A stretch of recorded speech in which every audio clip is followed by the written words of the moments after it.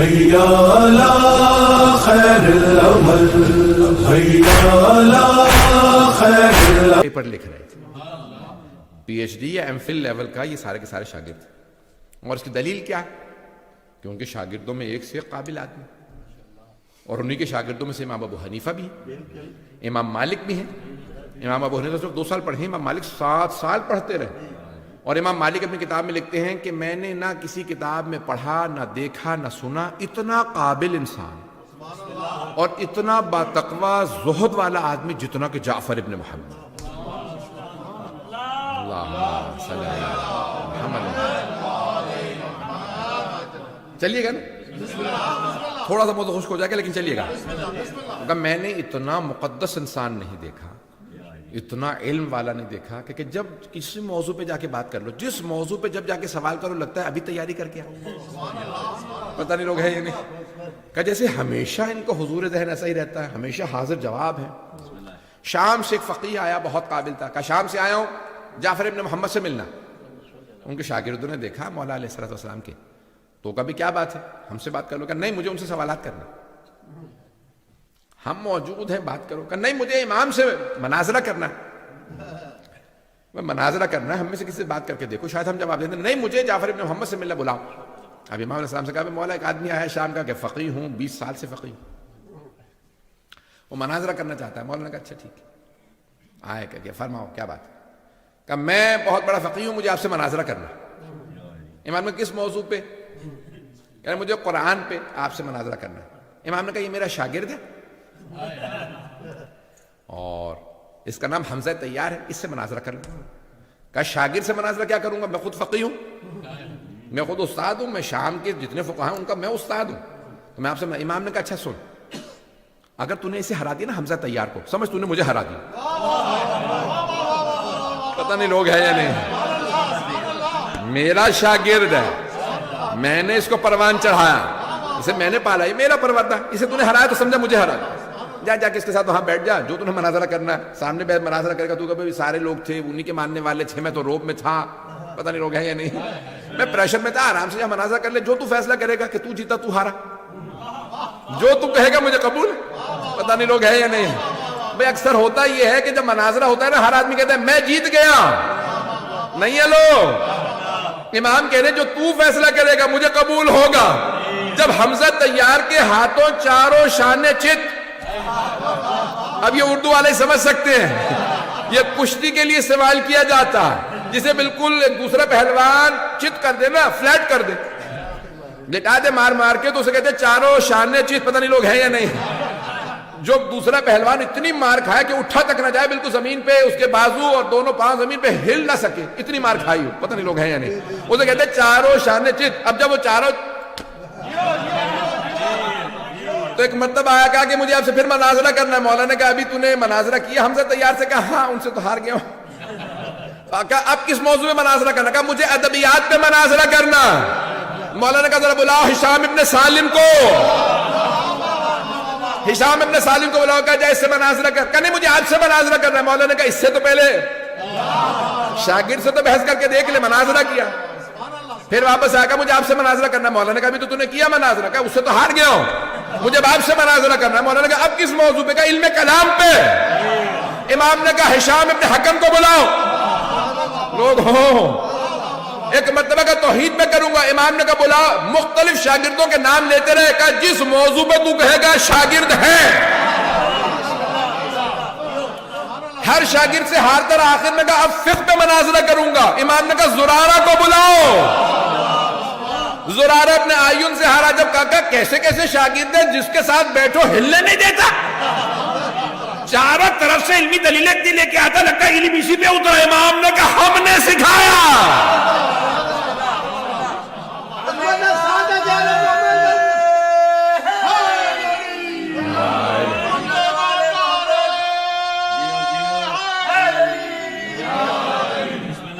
توجہ ہے ذہن گرامی، یہ امام کے شاگرد، یہ امام کے پروردہ. ذہن گرامی مختلف بڑے بڑے علماء، ایک مرتبہ خود یونان کا، بریتو زمانے میں بڑا ایڈوانس مانا جاتا تھا، یونان کے بڑے بڑے فلاسفہ گزرے تھے، بڑے بڑے اطباء گزرے تھے، ڈاکٹرز گزرے تھے میڈیسن کے اندر.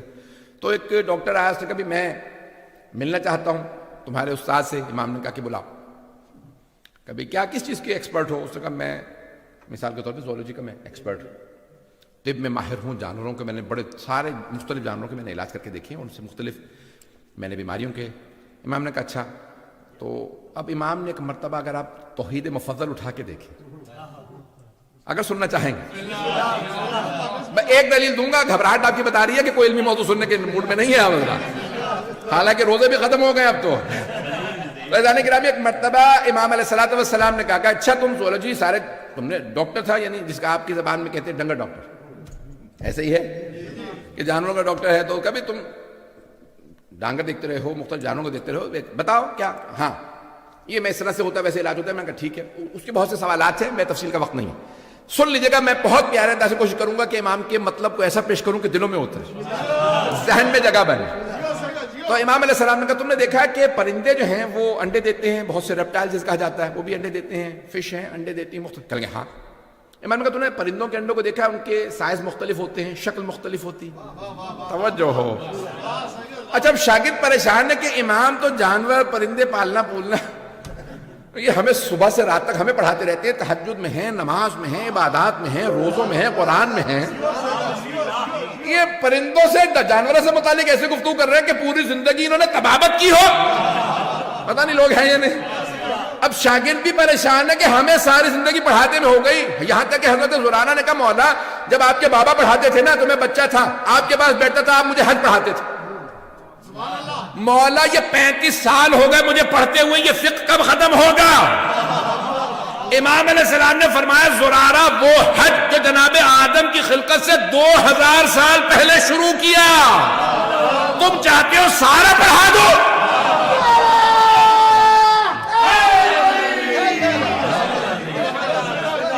ایسے ایسے شاگرد تھے.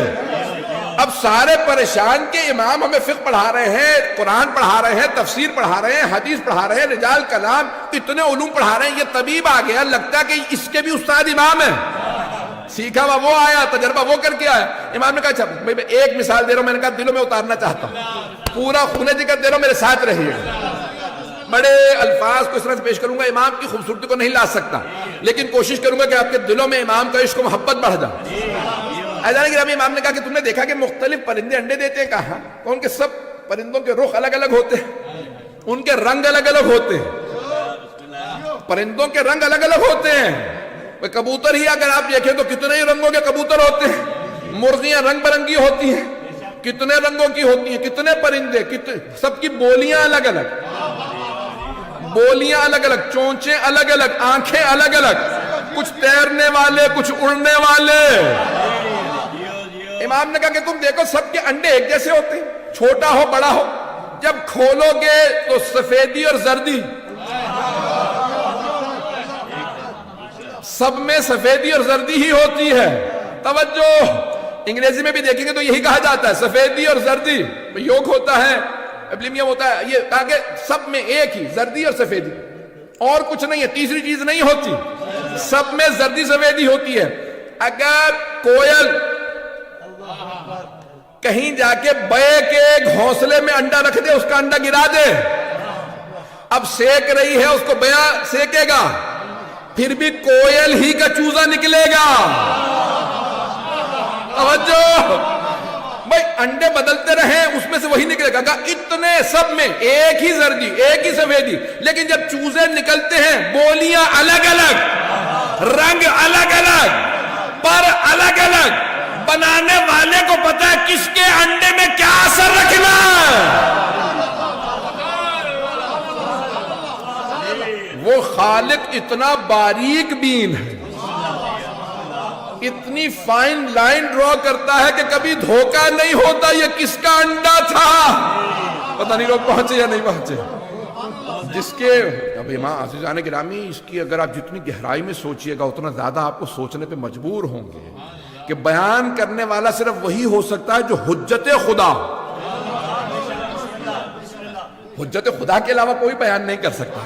یہ وہی بتا سکتا ہے جسے اللہ نے علم دے کے بھیجا ہو, یہ وہی بیان کر سکتا ہے اس کی خلقت کا ہدف کیا تھا. کہ اتنے پرندوں کے اندر اتنی بولیاں, اتنے رنگ, اتنی نسلیں, اور اس کے اندر کتنی انواع اقسام کے پرندے ہیں. ان میں کچھ اڑنے والے ہیں اور پرندوں کے پر ہوتے ہیں, بہت سے اڑ نہیں پاتے ہیں, کچھ تیرتے ہیں, کچھ تیر نہیں پاتے ہیں, کچھ پانی میں ڈالو تو مر جائیں گے, کچھ پانی نہ ہو تو مر جائیں گے.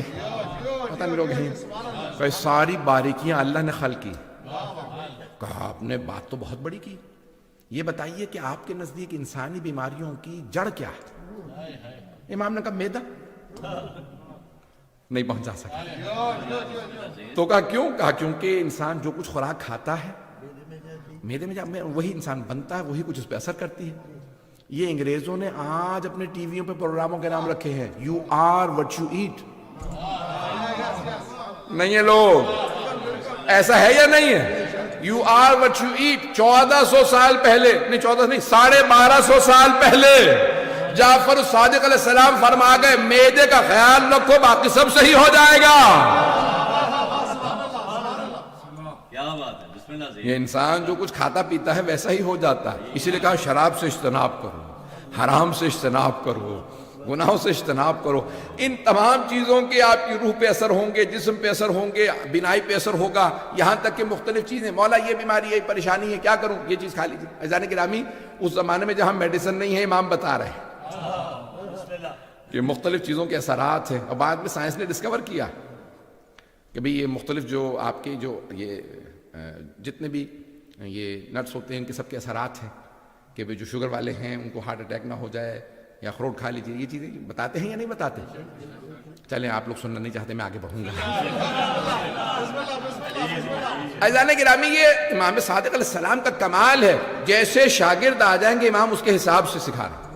ایک سادہ سی مثال دینا چاہتا ہوں. لندن کی ایک یونیورسٹی کے اندر میں نے 15-16 سال پہلے میں نے ایک پی ایچ ڈی کے لیے اپلیکیشن دی. تو انہوں نے کہا کہ بھئی یہ موضوع, انہوں نے مجھے فون کیا, میں یہاں پہ فیکلٹی کی ہیڈ خاتون پروفیسر ہوں, یہ نام ہے. یہاں پہ ہمارے پاس کوئی بھی اتنا کو قابل آدمی نہیں جو کہ اس پی ایچ ڈی کو سپروائز کر سکے. سپرویژن ہمارے کرنے کے لیے ہمارے پاس نہیں. میں نے کہا میں آپ کو کوئی بتا دیتا ہوں کہ وہ سپروائز کر سکتے ہیں. کہ ہم ایک اسٹوڈنٹ کے لیے ایک آدمی نہیں لا سکتے, یہ ہمیں بہت زیادہ کاسٹ آئے گی. تو میں نے کہا آپ اس یونیورسٹی میں کتنے اسٹوڈنٹس ہوں گے؟ کہیں 20,000 سے زیادہ. توجہ, پڑھانے والے کتنے ہیں؟ پروفیسر, اسسٹنٹ پروفیسر, لیکچر, ان کو تو کئی 100 ہیں, ہنڈریڈز. توجہ. اچھا ایک ڈپارٹمنٹ میں آپ اکیلی ہیں؟ نہیں. اس نے کہا ایک ڈپارٹمنٹ میں اکیلا آدمی ہو ہی نہیں سکتا, کیونکہ ڈپارٹمنٹ کے اندر اسپیشلائزیشن سب کا الگ الگ نہیں ہے. مجمع ہر ڈپارٹمنٹ میں ایک ہی فزکس کا ڈپارٹمنٹ ہے, اس میں ایک پروفیسر نہیں ہے, کئی پروفیسرز ہیں. نہیں ہے مجمع میرے ساتھ. آپ انگلش کے ڈپارٹمنٹ میں چلے جائیں, انگلش ہے, لینگویج ہے, کیا مصیبت ہے؟ اتنے ڈپارٹمنٹ میں لوگ کیوں ہیں؟ کبھی سب کا اسپیشلائزیشن الگ الگ ہے. کوئی لٹریچر کا ہے, کوئی کمپیریٹو اسٹڈیز کا ہے, کوئی لنگوسٹکس کا ہے, کوئی لینگویج کا ہے, کوئی گرامر کا ہے. نہیں ہے مجمع, ایک ہی زبان ہے, اس کے اندر اتنے پروفیسر کا نہیں. 15-15, 20-20, 30 بعض کا پروفیسر ہیں ایک ڈپارٹمنٹ میں. اس لیے نہیں کہ اسٹوڈنٹ زیادہ ہیں, اسپیشلائزیشن الگ الگ ہے. اتنی بڑی یونیورسٹی, 20,000 سے زیادہ وہاں پہ اسٹوڈنٹس, 500 سے زیادہ پروفیسر, لیکچرر, لیکن امام صادق کے ایک شاگرد کو پی ایچ ڈی نہیں کرا سکتے. 4,000 شاگرد چھٹے امام کی بارگاہ میں پی ایچ ڈی کر رہے تھے. ان سب کی صلاحیت ختم ہو گئی تھی, چھٹے امام کی باقی تھی.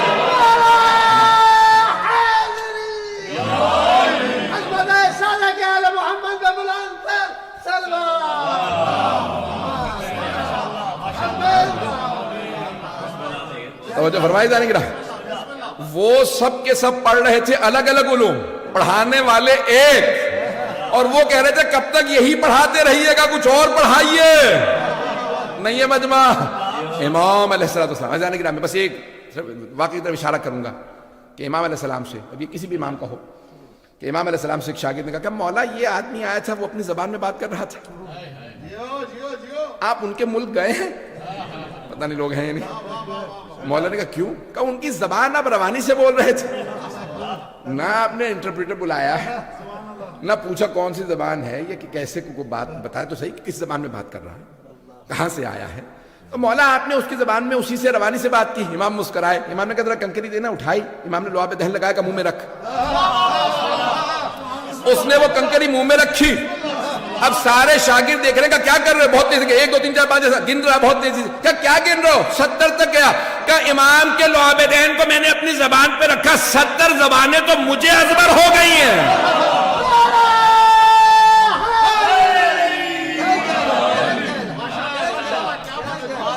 کہ 70 زبانیں تو مجھے ازبر ہو گئی، جن کے لعاب دہن کا اثر ایسا ہو، سوچیے ان کے خون کا اثر کیسا ہو. عزیزان گرامی، ائمہ اہل بیت علیہم السلام. تو عزیزان گرامی، یہ امام علیہ السلام کا بحث میں زیادہ تفصیل میں نہیں جا رہا ہوں، بس 1 2 واقعہ کی طرف اشارہ کروں گا کہ امام کے شاگرد بڑے بڑے قابل شاگرد ہیں امام علیہ السلام. امام کے شاگردوں میں سے ایک شاگرد کا نام، آپ نے یہ واقعہ سینکڑوں مرتبہ سنا ہوگا، مجھ سے بھی سن لیجیے. نام ہے ہشام ابن حکم، کوفے کے رہنے والے ہیں، شیعہ ہیں، اور بہت نوخیز سے، ابھی ان کی داڑھی بھی نہیں آئی تھی. تو یہ امام کے شاگرد تھے. تو امام کے پاس آئے ملنے کے لیے مدینے. مولانا